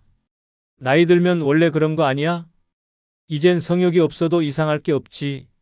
그렇지 않습니다. 나이가 들었다고 해서 자연스럽게 성욕이 사라지는 것은 아닙니다. 오히려 우리가 몸을 제대로 관리하지 못하고 성생활을 등한시한 결과로 성욕이 줄어드는 것입니다. 성욕이 줄어드는 가장 큰 원인은 호르몬 감소입니다. 남성은 테스토스테론, 여성은 에스트로겐이 감소하면서 성적인 욕구가 줄어듭니다. 하지만 이 호르몬은 노력하면 충분히 다시 활성화할 수 있습니다. 몸을 제대로 관리하고 성생활을 꾸준히 유지하면 젊었을 때 못지않은 성욕을 되찾을 수 있습니다. 가장 쉬운 방법은 스킨십을 늘리는 것입니다. 단순히 손을 잡고 포옹하고 가벼운 키스를 하는 것만으로도 호르몬 분비가 촉진됩니다. 오랫동안 스킨십이 없었던 부부라면 처음엔 어색할 수도 있습니다. 하지만 점차 자연스럽게 스킨십이 늘어나면 성적인 감각이 되살아납니다. 또한 성적인 자극을 외부에서 찾는 것도 도움이 됩니다. 음악, 향기, 시각적인 요소 등은 감각을 깨우는 중요한 요소입니다. 조명을 약간 어둡게 하고 감미로운 음악을 틀어보십시오. 이 작은 변화가 당신의 감각을 다시 깨울 수 있습니다. 무엇보다 중요한 것은 마음가짐입니다. 성욕이 없어진 게 아니라 억눌리고 사라진 것뿐입니다. 난 이제 끝났어. 라고 생각하는 순간 정말로 끝나는 것입니다. 하지만 아직 충분히 가능하다. 라는 마인드를 가지면 당신의 몸은 다시 반응하기 시작합니다. 기억하십시오. 성욕은 자연스럽게 사라지는 것이 아니라 우리가 소홀했기 때문에 약해진 것일 뿐입니다. 조금만 신경 쓰면 젊었을 때의 열정을 다시 찾을 수 있습니다. 당신의 몸은 여전히 뜨겁게 반응할 준비가 되어 있습니다. 두 번째, 성욕은 뇌에서 시작된다. 상상을 자극하라. 많은 사람들이 성욕이 몸에서 나오는 본능이라고 생각합니다. 하지만 진짜 성욕의 출발점은 뇌입니다. 몸이 반응하지 않는다고 해서 성욕이 없는 게 아닙니다. 당신의 뇌가 흥분을 잊어버렸을 뿐입니다. 자극 없는 뇌는 성욕을 죽입니다. 늘 똑같은 일상, 반복되는 패턴, 감각을 깨우지 않는 무미건조한 생활을 하다 보면 뇌는 점점 둔해지고 성적인 흥분을 느끼지 못하게 됩니다. 특히 나이가 들수록 우리는 현실적이 되고 성적인 상상력마저 사라져버립니다. 하지만 좋은 소식이 있습니다. 뇌는 다시 자극하면 깨어납니다. 성욕을 살리는 가장 강력한 방법은 바로 상상력입니다. 이 나이에 무슨 상상이야? 라고 말하는 순간 당신의 성욕은 더욱 깊이 잠들어 버립니다. 하지만 과거를 떠올려 보십시오. 젊었을 때 가슴이 두근거렸던 순간, 첫사랑과 손을 잡았을 때의 짜릿한 감정, 처음으로 상대방의 숨결을 가까이에서 느꼈던 순간, 이 모든 기억은 여전히 당신의 뇌 속에 남아 있습니다. 단지 꺼내지 않았을 뿐입니다. 또한 새로운 자극을 주는 것도 방법입니다. 관능적인 음악을 듣거나 로맨틱한 영화나 소설을 접하는 것도 뇌를 자극하는 강력한 방법입니다. 시각과 청각이 자극되면 자연스럽게 감각이 깨어나고 당신의 몸도 반응하기 시작합니다. 배우자와 대화하는 방식도 바꿔보십시오. 오늘 하루 어땠어? 같은 평범한 질문 대신 당신과 함께 있으면 아직도 설레. 당신 손을 잡으면 기분이 좋아져. 이런 식으로 감각을 자극하는 말을 주고받아 보십시오. 나이가 들었다고 해서 더 이상 성적인 상상을 하면 안 되는 것이 아닙니다. 오히려 나이를 먹을수록 더 깊고 더 강렬한 감정을 가질 수 있습니다. 성욕은 몸이 아니라 뇌에서 시작됩니다. 뇌를 자극하면 당신의 몸도 다시 반응합니다. 상상을 멈추지 마십시오. 생각하는 순간 당신의 성욕은 다시 살아납니다. 세 번째, 피를 뜨겁게 돌려야 성욕이 살아납니다. 성욕이 줄어드는 가장 큰 이유는 혈액순환 문제입니다. 몸이 반응하지 않는 것이 아니라 충분한 혈류가 공급되지 않기 때문에 반응하지 못하는 것입니다. 나이가 들수록 혈관이 좁아지고 탄력을 잃으면서 혈액순환이 둔해지고 자연스럽게 성적 반응도 약해집니다. 심장이 활발하게 뛰고 혈액이 잘 돌 때 몸은 다시 뜨거워질 수 있습니다. 많은 사람들이 이렇게 말합니다. 나이 들면 원래 그런 거 아니야? 이제 그런 거 신경 쓰지 말고 편하게 살아야지. 하지만 성욕은 저절로 사라지는 것이 아닙니다. 몸을 제대로 관리하지 못해서 약해지는 것입니다. 혈액이 원활하게 돌면 성적인 감각도 자연스럽게 되살아납니다. 가장 먼저 해야 할 것은 몸을 움직이는 것입니다. 운동은 최고의 천연 강장제입니다. 걷기, 가벼운 근력 운동, 요가, 스트레칭 같은 간단한 활동만으로도 혈류가 개선되고 몸이 다시 반응하기 시작합니다. 특히 골반 주변 근육을 활성화하는 운동을 하면 혈액순환이 더욱 원활해지면서 성적 감각이 살아납니다. 음식도 중요한 역할을 합니다. 매운 음식, 다크초콜릿, 견과류, 해산물은 혈관을 확장시키고 혈류를 원활하게 만들어 몸을 더욱 민감하게 만듭니다. 특히 굴과 아몬드, 수박 같은 음식은 혈액순환을 촉진하고 신체적인 반응을 극대화하는 데 도움을 줍니다. 몸을 따뜻하게 유지하는 것도 필수입니다. 뜨거운 물로 목욕을 하거나 반신욕을 하면 혈관이 확장되고 근육이 이완되면서 몸이 한층 더 민감해집니다. 따뜻한 체온은 자연스럽게 성적 욕구를 자극하며 몸의 감각을 더욱 예민하게 만듭니다. 요즘은 그냥 그런 생각 자체가 안 들어. 몸이 움직여야 반응하는 법이야. 가만히 있으면 더 멀어져. 이런 대화가 오고 가는 순간 우리는 문제의 원인을 알 수 있습니다. 성욕이 약해지는 것이 아니라 몸이 굳어가고 있는 것입니다. 혈액순환이 곧 성욕입니다. 피가 힘차게 흐를 때 몸은 자연스럽게 반응합니다. 움직이지 않으면 몸은 서서히 식어가고 성욕도 점점 사라집니다. 그러나 몸을 깨우고 활력을 되찾으면 잊고 있던 감각이 다시 살아납니다. 피가 뜨겁게 돌기 시작하면 성욕도 다시 살아납니다. 네 번째, 몸의 리듬을 깨우면 성욕이 다시 불타오릅니다. 성욕은 단순한 감정이 아니라 몸의 리듬과 깊이 연결되어 있습니다. 마치 계절이 흐르듯이 몸도 일정한 주기를 가지고 움직입니다. 하지만 나이가 들면서 이 리듬이 흐트러지고 성적인 욕구가 점점 희미해집니다. 그러나 그 감각은 완전히 사라진 것이 아닙니다. 단지 잠들어 있을 뿐이며 깨우기만 하면 다시 활활 타오를 준비가 되어 있습니다. 많은 사람들이 이렇게 말합니다. 나이 들면 그런 건 자연스럽게 사라지는 거야. 이제 와서 다시 불붙을 일이 있겠어? 하지만 성욕은 나이와 상관없이 존재합니다. 단지 우리 몸이 그 신호를 무시하고 있을 뿐입니다. 우리 몸에는 성욕을 조절하는 호르몬이 있습니다. 남성의 경우 테스토스테론이, 여성의 경우 에스트로겐과 프로게스테론이 성적인 욕구를 조절합니다. 이 호르몬은 몸이 활발하게 움직이고 감각적인 자극을 받으면 자연스럽게 분비됩니다. 하지만 나이가 들고 활동량이 줄어들면 호르몬 분비가 둔해지고 결국 성욕도 점점 약해지게 됩니다. 요즘 따라 예전 같지가 않네. 그건 내 몸이 익숙해져서 그래. 변화를 줘야지. 이런 대화가 오가는 순간 문제의 원인은 명확해집니다. 몸이 새로운 자극을 잃었을 뿐입니다.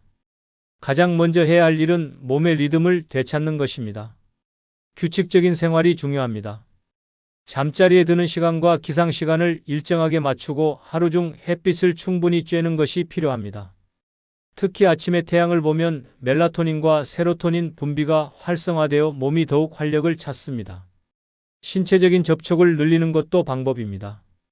단순히 성적인 관계를 맺는 것이 아니라 가벼운 스킨십부터 시작하는 것이 중요합니다. 손을 잡거나 가볍게 어깨를 감싸는 것만으로도 옥시토신이라는 호르몬이 분비되며 이는 자연스럽게 성적인 욕구를 불러일으킵니다. 사람이 너무 규칙적으로 살면 지루해지잖아. 그렇지. 하지만 몸이 원래 그런 리듬을 좋아해. 맞춰주면 확 달라진다니까? 대화 속에서 우리는 답을 찾을 수 있습니다. 몸의 리듬이 흐트러지면 감각도 무뎌지고 성욕도 점점 사라집니다. 하지만 리듬을 되찾으면 몸은 다시 반응하기 시작합니다. 성욕은 단순한 충동이 아니라 몸이 만들어내는 자연스러운 흐름입니다. 이 흐름을 다시 회복하면 몸은 다시금 예전처럼 반응하기 시작합니다. 리듬을 되찾고 몸이 원래 가지고 있던 활력을 다시 불러오십시오. 성욕은 사라진 것이 아니라 당신이 깨우길 기다리고 있을 뿐입니다. 5번째, 상상력이 곧 성욕이다. 머릿속에서 불을 지펴라. 성욕은 단순히 몸이 반응하는 것이 아니라 머릿속에서 먼저 시작됩니다. 우리의 뇌는 가장 강력한 성적 기관이며 자극이 없다면 몸도 반응하지 않습니다. 그런데 나이가 들면서 일상의 반복과 무뎌진 감각 때문에 상상력이 사라지고 결국 성욕도 점점 희미해집니다. 그러나 다시 불을 지피는 방법은 분명히 있습니다. 나이 들면 그런 상상도 필요 없지 않나? 필요 없기는 머릿속에서 먼저 불이 붙어야 몸도 반응하는 거야. 이런 대화가 오가는 순간 우리는 성욕의 본질이 무엇인지 깨닫게 됩니다. 어릴 때는 모든 것이 새롭고 신선했습니다. 작은 자극에도 상상력이 폭발했고 그만큼 감각도 예민하게 반응했습니다. 그러나 나이가 들면서 현실적인 문제들, 피로감, 그리고 익숙해진 관계 속에서 상상력이 점점 사라졌습니다. 문제는 몸이 아니라 뇌가 먼저 식어버린 것입니다. 가장 먼저 해야 할 일은 머릿속에서 성적인 호기심을 되살리는 것입니다. 성적 호기심은 단순한 욕망이 아니라 삶의 활력을 유지하는 중요한 요소입니다. 자신을 설레게 만들었던 기억을 떠올려 보거나 새로운 감각을 자극할 방법을 찾아보는 것이 필요합니다. 그냥 그런 감각이 사라졌어. 그건 내가 관심을 안 가지니까 그렇지. 자극을 주면 다시 살아난다니까? 이런 대화를 나누는 순간 다시 불이 붙을 가능성이 보이기 시작합니다. 성적 상상력을 되살리는 방법은 다양합니다. 로맨틱한 영화를 보거나 감각적인 음악을 듣거나 자극적인 소설을 읽는 것도 효과적입니다. 시각적인 자극이 필요하다면 예전에 자신을 설레게 했던 순간들을 떠올려 보거나 새로운 스타일을 시도해 보는 것도 좋은 방법입니다. 이 나이에 그런 걸 다시 생각해? 그러니까 더 해야지. 생각이 멈추면 몸도 멈추는 거야. 대화 속에서 우리는 깨닫습니다. 성욕은 단순한 본능이 아니라 우리가 어떻게 생각하느냐에 달려 있습니다. 머릿속에서 불을 지피면 몸도 자연스럽게 따라옵니다. 상상력이 죽어버리면 성욕도 사라지지만 호기심을 다시 자극하면 감각은 다시 깨어납니다. 성욕은 사라지는 것이 아닙니다. 우리가 그 불씨를 어떻게 다루느냐에 따라 다시 활활 타오를 수도 있습니다. 6번째, 터놓고 말해야 뜨겁게 이어진다. 대화가 곧 성욕이다. 성욕은 단순히 몸이 반응하는 것이 아니라 상대방과의 관계에서 시작됩니다. 많은 사람들이 나이가 들수록 성생활에 대한 이야기를 꺼리거나 부끄러워하며 대화를 피합니다. 하지만 부부 사이에서 가장 중요한 것은 서로의 욕구를 솔직하게 말하는 것입니다. 말을 하지 않으면 상대방이 원하는 것이 무엇인지 알 수 없고 결국 둘 사이의 열정도 식어버립니다. 이 나이에 그런 걸 이야기한다고 뭐가 달라지겠어? 안 하면 더 멀어지지. 말 한마디만 해도 관계는 달라지는 법이야. 이런 대화가 오가는 순간 우리는 성생활이 단순한 행위가 아니라 마음을 나누는 과정이라는 것을 깨닫게 됩니다. 많은 부부가 서로의 감정을 솔직하게 표현하지 못합니다. 내가 이걸 원한다고 말하면 상대가 어떻게 생각할까? 이 나이에 그런 이야기를 꺼내면 우스워 보이지 않을까? 이런 생각이 서로를 점점 더 멀어지게 합니다. 하지만 나이를 떠나 대화는 언제나 가장 강력한 연결고리입니다. 가장 먼저 해야 할 것은 부끄러움을 버리고 솔직해지는 것입니다. 성생활에 대한 대화를 할 때 낯설고 어색할 수 있습니다. 하지만 터놓고 이야기하지 않으면 둘 사이의 문제는 해결될 수 없습니다. 예전처럼 설레지는 않네. 그럼 뭐가 좋았는지, 뭐가 필요한지 말해봐. 나도 맞춰볼 테니까. 이런 대화가 오가는 순간 성생활은 단순한 행위가 아니라 서로를 알아가는 과정이라는 것을 깨닫게 됩니다. 서로 원하는 것이 다를 수도 있습니다. 어떤 사람은 신체적인 접촉을 원하고 어떤 사람은 감정적인 교감을 더 중요하게 생각합니다.